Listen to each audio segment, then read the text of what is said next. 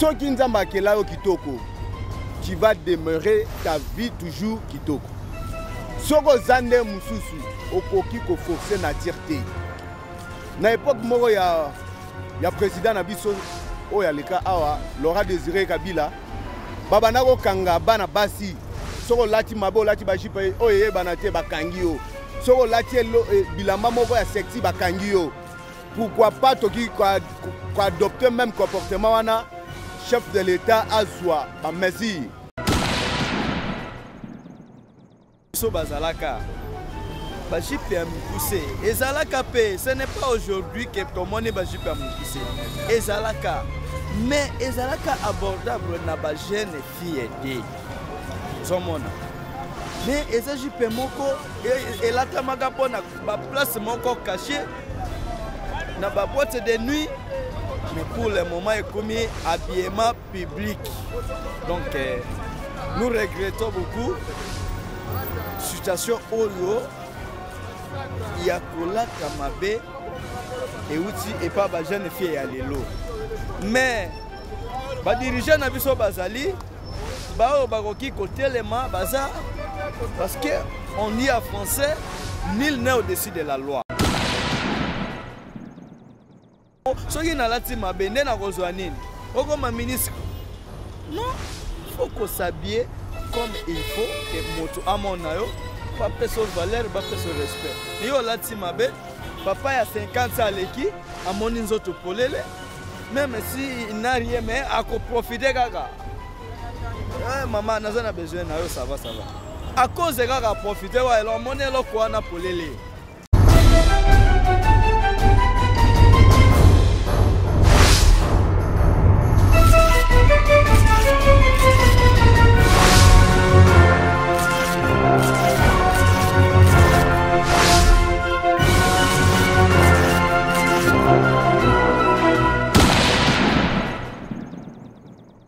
Bonjour à vous tous, merci une fois de plus de nous faire confiance à travers votre site qui n'est rien d'autre que cleboa.com. Aujourd'hui, on a un grand plaisir d'être devant vous parce qu'on a un sujet qui s'avère important qu'on va essayer de discuter, de partager avec vous tous qui nous suivez de partout. Il faut dire qu'aujourd'hui, nous allons parler de l'habillement des Congolais d'une manière générale et des Quinois en particulier. Que pensent les Quinois par rapport à leur habillement? Est-ce que le Quinois s'habille normalement? On va prendre ces micro-baladeurs et moi je vous reviens juste après. Vraiment, habillement ya baba bandeko na biso ya basi vraiment ekomi pe salité. Ekomi vraiment salité. Moi salibala oyi bana souté. Moi si femme libre oyi bana souté. Habillement comme salité. Ba parents on dit bana ngone ti babima na banda kuna bango, neti babima na banda kuna bango te. Et comment ta moto a une vie à kolinga été, ataka bo na habillement là nous akwe ici mutu. Vraiment to se planer la télé ba la tate. Baza kitoko to boyi bango te mais et la télé comme salité. Et la télé comme salité. Ba comme sonnet kaka ndenge moko.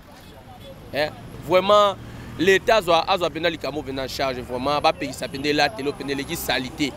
L'état pena zo la mo pena na ba précaution mo boye o l'état ozo ba mesure o penda ba ko empêcher bilamba wana vraiment eleki ko pesa biso soni et comment ta leki na yo nenga lati vraiment pesa na soni fort.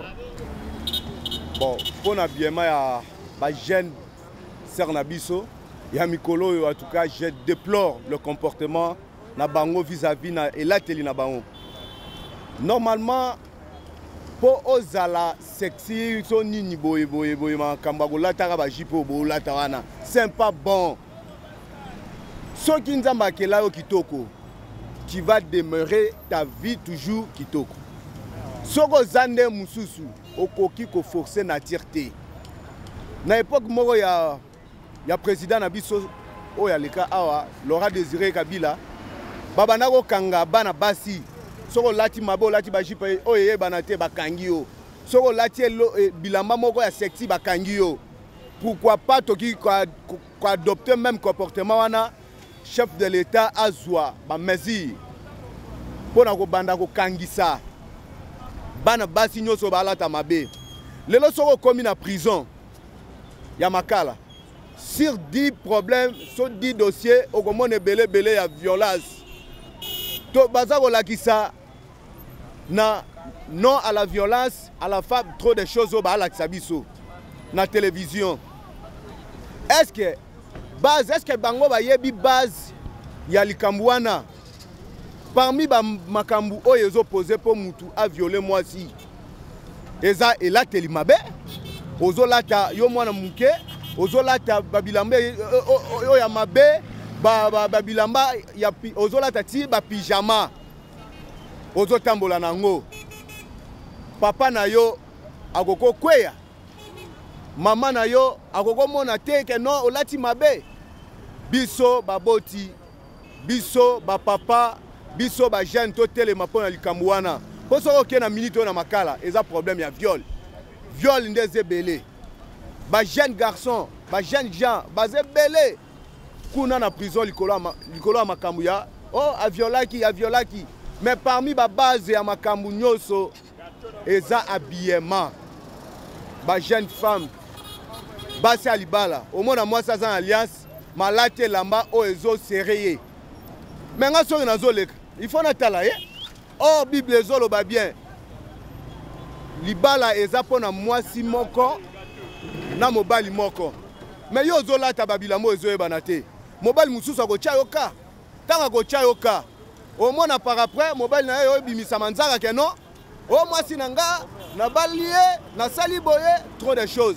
Est-ce que yo se rendaka compte ya kotala habillement nini yo mwasi no alataka bino bibali o bobala bozala vigilant botala kabilamba nini o basi bazolata yango ndenga na sepelaka na comportement ya baser na biso ya message. Merci. Na ndenge ozoloba pona sujet ya ba jeune fille ya lelo par rapport na ba papa na ba maman na biso. Ce n'est pas possible. Ba jeune fille ya lelo na ba maman na biso oyo babota biso na elateli ya habillement et ça la passe. Pourquoi? Ceux qui ont tali depuis ba maman na biso bazalaka ba jipe ya mukuse ezalaka pe ce n'est pas aujourd'hui que tout le monde ba jipe ya mukuse ezalaka mais ezalaka abordable na ba jeune fille te zomona mais eza jipe moko elatamaka pona ba place moko caché na ba boîte de nuit mais pour le moment il commis habillement public donc nous regrettons beaucoup situation oyo ya kolata mabe et outi et pas ba jeune fille ya lelo mais ba dirigeant na biso bazali ba bakoki kotelema baza parce que on dit en français nul n'est au-dessus de la loi. Que la loi frappe tous les auteurs. Mais pourquoi ba jeune fille bazolata mabe?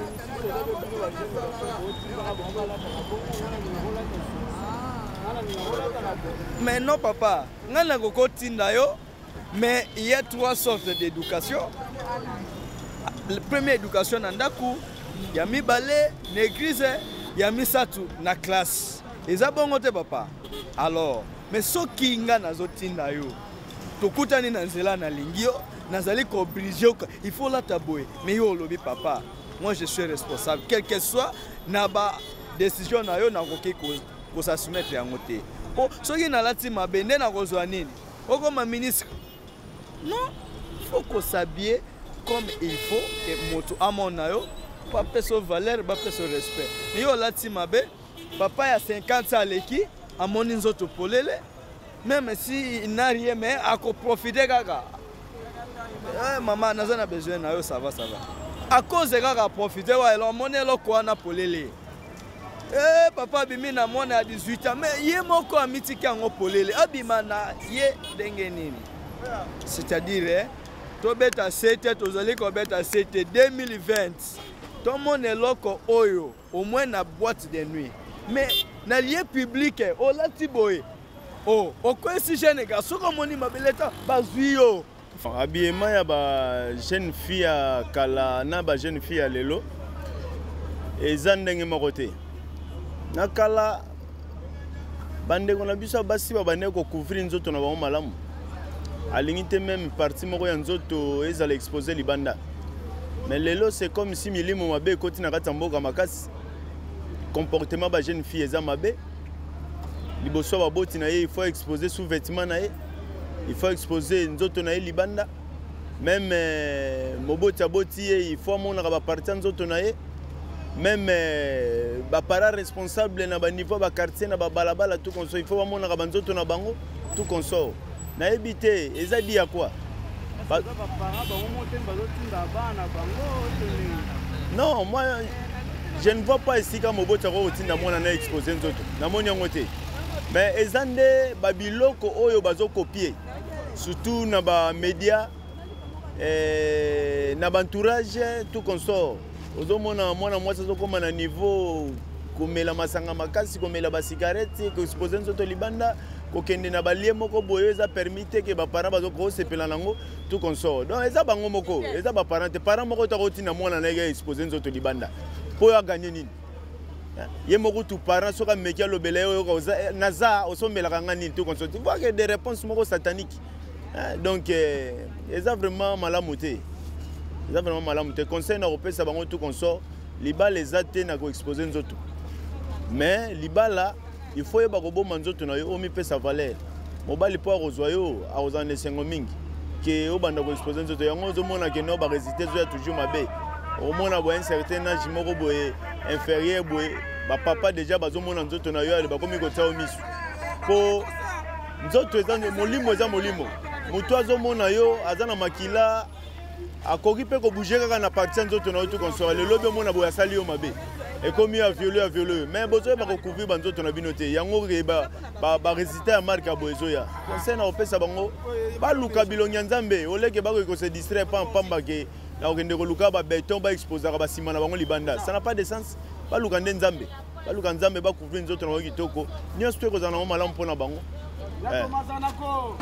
Merci beaucoup pour cet élément qui nous a proposé la régie. Je crois bien que cet élément a fait du bien à tous ceux qui sont scotchés sur Kleboa.com depuis la France, la Belgique et pourquoi pas ceux qui sont branchés depuis le Canada. Nous tenons à remercier mon équipe. Là, je vois directement Steve qui était à la prise de vie et moi, je m'appelle Omos Baïnemadi, la noblesse de la presse congolaise. On se retrouve prochainement pour un autre numéro de Réalité Plus. D'ici là, restez branchés sur Kleboa.com et merci beaucoup à Pichou Mangaya.